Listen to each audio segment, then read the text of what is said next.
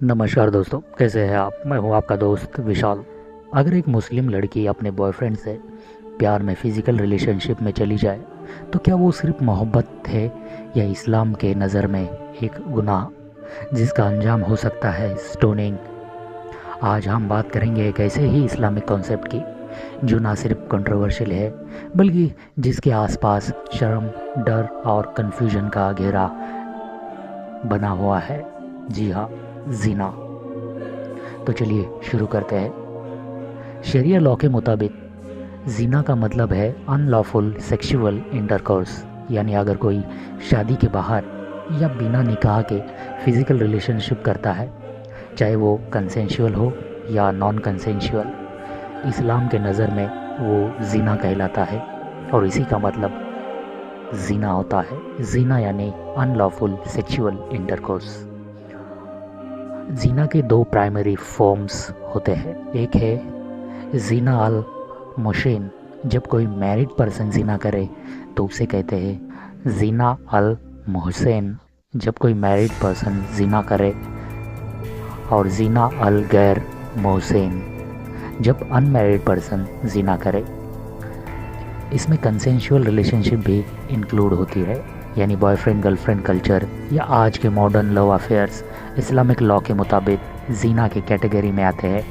अगर हम history of Jeena enforcement देखें तो जीना का कॉन्सेप्ट इस्लाम से पहले भी अरब सोसाइटी में था, लेकिन वही था जो हर ट्राइबल सिस्टम में होता है। रसूल अल्लाह के ज़माने में कई जीना के केस रिपोर्ट हुए, कुछ में पनिशमेंट दी गई, कुछ में लोगों ने खुद कन्फेस किया और कुछ में गवाह ना होने की वजह से उन्हें छोड़ दिया गया। कुरान एंड हदीस एंड जीना। कुरान जीना पर बिल्कुल साफ और सख्त स्टांस लेता है। Do not come near to जीना, it is indeed a shameful act and an evil way. Punishment equal है लेकिन साबित करना एक्सट्रीमली स्ट्रिक्ट है। हदीस में भी प्रॉफिट मोहम्मद ने जीना को एक बड़ा गुनाह बताया जिसका इम्पैक्ट सिर्फ इंडिविजुअल तक नहीं पूरी सोसाइटी तक पहुंचता है। इस्लाम में जीना प्रूव करने के लिए सबसे स्ट्रिक्ट शर्त है 4 अडल्ट मुस्लिम मेल आई विटनेस या फिर वॉलंटरी कन्फेशन या pregnancy without marriage. Interpretation differ करता है इसमें। ये शर्तें इतनी स्ट्रिक्ट है कि उनके पर्पस पनिशमेंट से ज़्यादा डिटरेंस और स्केयर फैक्टर क्रिएट करना है। जीना की पनिशमेंट जीना करने वाले की मैरिटल स्टेटस पर भी डिपेंड रहती है। अनमैरिड जीना गैर मोहसन 100 लैशेस 1 ईयर पनिशमेंट हदीद बेस्ड है। मैरिड जीना स्टोनिंग टू डेथ हदीद और रसूल के एक्शंस के बेस पे। सऊदी अरेबिया जैसी कंट्रीज़ में अगर जीना का केस ताज़ीर के तहत आए और प्रूफ इनसफिशिएंट हो तो पनिशमेंट जज डिसाइड करते हैं, जिसमें फ्लॉगिंग, जेल और फाइन हो सकता है। इस्लाम थ्योरेटिकली इक्वल पनिशमेंट प्रिस्क्राइब करता है मेल और फीमेल दोनों के लिए, लेकिन हिस्टोरिकली और मॉडर्न इस्लामिक कंट्रीज़ में वुमेन को ज़्यादा वल्नरेबल माना गया है। अगर वुमेन प्रेग्नेंट हो जाए तो वो एविडेंस बन जाता है। मैनी रेप विक्टिम्स भी जीना में पनिश किए गए हैं जो 4 विटनेसेस नहीं दे पाए।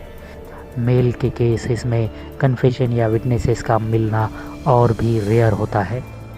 यह जेंडर बाइस दुनिया भर के ह्यूमन राइट्स के लिए कंसर्न बन गया है। कुरान ने तौबा का दरवाज़ा खुला रखा है।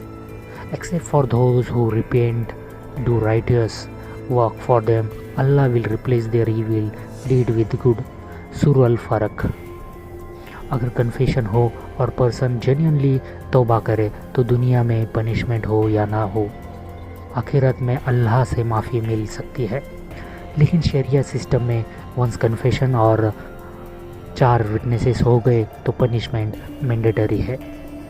तो दोस्तों, ये था जीना का सच, एक ऐसी इस्लामिक लीगल कैटेगरी जिसमें मोहब्बत, लस्ट और सिन सब एक दूसरे में घुल जाते हैं। लेकिन ज़िना सिर्फ एक पार्ट है इस्लामिक जस्टिस सिस्टम का, जिसका अगला कदम है हुदूद लॉज। अगली वीडियो में हम बात करेंगे क्या बिहेडिंग, स्टोनिंग और फ्लॉगिंग जैसे पनिशमेंट वाकई इस्लामिक है। क्या हुदूद एक डिवाइन जस्टिस है या आउटडेटेड ब्रूटलिटी, और क्यों दुनिया भर में हुदूद लॉ सबसे ज़्यादा कंट्रोवर्शियल बना हुआ है। तो चैनल को सब्सक्राइब कीजिए, अगर वीडियो पसंद आए तो लाइक कीजिए। मिलते हैं नेक्स्ट वीडियो में जो कि है हुदूद लॉज। तब तक के लिए नमस्कार।